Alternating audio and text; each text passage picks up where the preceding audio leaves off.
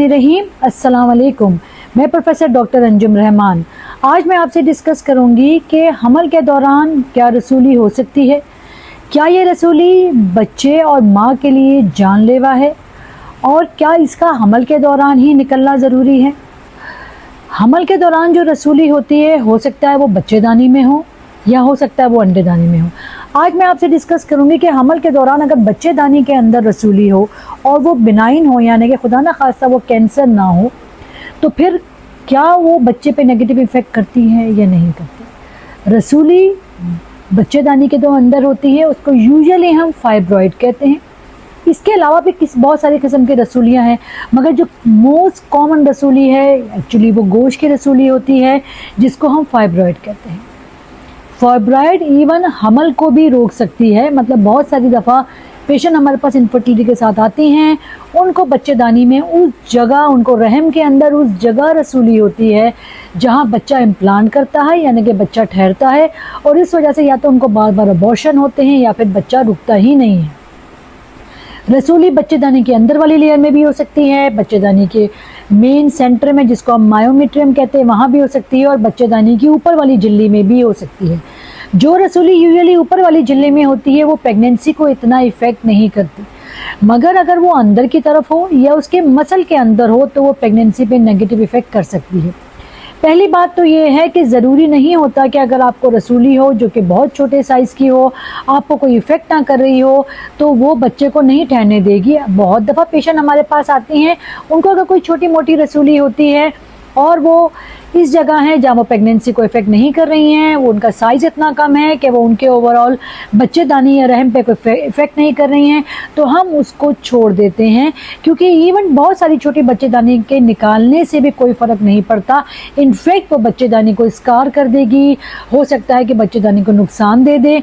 तो बेहतर है कि हम इसको छोड़ते हैं, और जब पेशेंट एक दफ़ा प्रेग्नेंट होती है वो ख़ुद ब खुद डिज़ोल्व हो जाती है यूजुअली, या फिर मीनोपॉज के बाद भी वो ख़त्म हो जाती है। मगर अगर बच्चेदानी के अंदर जो रसूलियाँ हैं उसका साइज़ इतना बड़ा है जो कि आपको या तो खुद सिम्टम कर रहा हो या वो उस जगह हो जहाँ पे बच्चा ठहरे, तो हो सकता है कि खुदा ना खास्ता बच्चा ज़ाया हो जाए, या तो वो बच्चे ठहरने में ही प्रॉब्लम होता है, स्पेशली वो रसूलियाँ जो अंदर की तरफ होती हैं या बच्चेदानी के मसल के अंदर होती हैं।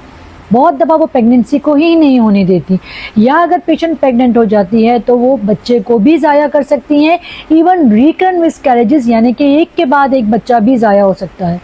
बहुत दफ़ा इसमें टाइम से पहले बच्चा होना, जिसे हम प्री टर्म लेबर होते हैं, वो भी हो सकता है। जैसे बच्चेदानी का साइज़ बढ़ता है, बच्चे का साइज़ बढ़ता है, बहुत दफ़ा रसूली का साइज़ भी साथ में बढ़ रहा होता है, तो हो सकता है कि माँ को टाइम से पहले दर्द शुरू हो जाए या बच्चे की पैदाइश टाइम से पहले होना ज़रूरी हो, जिसे हम प्री टर्म डिलीवरी कहते हैं। फिर ड्यूरिंग डिलीवरी बहुत दफ़ा इवन अगर नॉर्मल डिलीवरी हो तो उसमें बच्चे की पैदाइश के बाद बच्चेदानी अपनी जगह पे आने में थोड़ा टाइम लगाती है, जिसकी वजह से अल्लाह ना करे औरत का खून छूट सकता है, जिसको हम पोस्टमार्टम हेमरेज कहते हैं।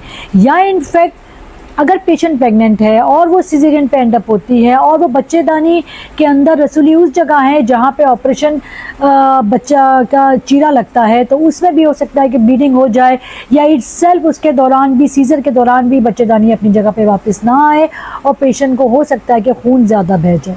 तो ये तो वो सारी कॉम्प्लिकेशन है। इम्पॉर्टेंट बात ये कि ये कितने कॉमन है, क्या हर औरत के साथ ऐसा होगा। जैसे कि मैंने आपको बताया कि अगर इसका साइज़ छोटा है, ये उस जगह पे है जहाँ पे आपकी प्रेगनेंसी को कोई इफ़ेक्ट नहीं करती, तो यूजुअली हम इसको नहीं छेड़ते। जब आपकी प्रेगनेंसी ख़त्म हो जाती है उसके बाद हम आपको फॉलो अप करते हैं, डॉक्टर के पास आपने जाना है और आपने डॉक्टर को दिखाना है। अगर उसमें हमें लगता है कि इसका साइज़ बढ़ रहा है, बहुत फास्टली बढ़ रहा है, आपको कोई इशू आ रहा है, तो फिर हम उसको निकालते हैं। अदरवाइज़ अगर छोटी मोटी रसूली, इवन वो 2-3 भी हैं मगर बहुत छोटे साइज़ की हैं, तो हम उसको वेट एंड सी करते हैं, हम उसको छेड़ते नहीं हैं। हाँ, वो ख़वातीन आ गई जिनका प्रेगनेंसी के दौरान आ गया, क्या उनको बचाव करना है कि उनकी चीज़ कॉम्प्लिकेशन पे एंड अप ना हो। पहली तो बात है कि जैसे ही आप प्रेग्नेंट होती हैं आप अपना नाम लिखवाएं, प्रॉपरली डॉक्टर के पास जाएं। डॉक्टर आपको कोई स्पेसिफिक दवाएं देंगे, लाजिम उन दवाओं को लें।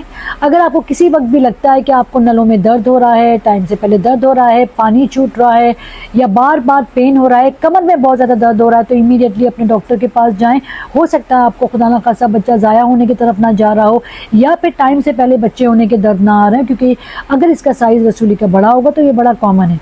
सबसे इंपॉर्टेंट बात यह है कि लाजिम आप अपने आप को नाम लिखवाएं, शुरू से नाम लिखवाएं, क्योंकि अगर रसूली आपकी बड़ी होगी, बच्चेदानी के अंदर मसल में होगी या अंदर की तरफ होगी, तो उसमें खून बहुत ज़्यादा छूटने का खदशा होता है, जिससे माँ और बच्चे की जान को भी ख़तरा हो सकता है। तो आपने लाजिम टाइम पे जाना है, डॉक्टर से चेकअप करवाना है, प्रॉपर जगह पे। प्लीज़ किसी दाई या किसी छोटे हॉस्पिटल में अपने आप को डिलीवर नहीं करवाना है, किसी प्रॉपर हॉस्पिटल में प्रॉपर डॉक्टर के पास अपनी डिलीवरी करवानी है, ताकि अल्लाह ना करे डिलीवरी के बाद कोई कॉम्प्लिकेशन होती हैं तो वो टाइमली टैक्टफुली उसको डील कर लें। इसके अलावा आपने प्रॉपर अपनी दवाएं लेनी है, अल्लाह ना करे खून की ना कमी हो और बाद में अल्लाह ना करे अगर ब्लीडिंग हो जाए तो वो उसको फिर एडअप करे। इसके साथ जब आपकी प्रेगनेंसी ख़त्म हो जाएगी, जब आपका over the time Aahista Aahista बच्चेदानी अपने साइज़ पे जाएगी, तो रसूली का साइज़ भी अगर प्रेगनेंसी में बढ़ गया है तो वो भी कम होता है। और जब आप इस चीज़ से अवे हो जाएंगे, डॉक्टर आपको प्रॉपरली टाइम देगा कि उसको लगता है कि ये इंसिडेंटल फाइंडिंग थी, यानी कि आपको पहले पता नहीं था और फर्स्ट टाइम प्रेगनेंसी में ये डायग्नोज हुआ कि आपको रसूली है, और वो अगर समझती हैं तो वो उस रसूली को निकालेंगी। अदरवाइज़ जैसा कि मैं बार बार रिपीट कर रही हूँ, उसका साइज़ छोटा है, आपको कोई सिम्टम्स नहीं कर रहा है, तो उसको बिला वजह निकालने की ज़रूरत नहीं है। हम उसको फॉलोअप पे रखते हैं, पेशेंट को प्रॉपरली बुलाते हैं, और जब हमें लगता है कि जी इस टाइम हमारे लिए ज़रूरी है कि पेशेंट की सर्जरी करें, तो उस वक्त हम सर्जरी करते हैं। बाय द वे, ये जो रसूली है पहले ज़माने में सिर्फ चीरे के साथ ही निकल सकती थी, जिसको हम फाइब्रॉइड कहते हैं। मगर इवन अगर इसका साइज़ अगर बहुत बड़ा नहीं है, ये प्रॉपरली किस उस जगह पे है जहाँ पे हम इसको बग़ैर चीरे के, यानी कि हम इसको लेप्रोस्कोप से निकाल सकें, तो हम इसको लेप्रोस्कोपिकली भी निकाल सकते हैं। ये बड़ा आसान है और बग़ैर चीरे के आप अप एंड अबाउट होंगी और 1 या 2 दिन में आप घर भी जा सकते हैं। इसी के साथ मैं आपसे इजाज़त चाहूँगी। Thank you very much. Pakistan जिंदा।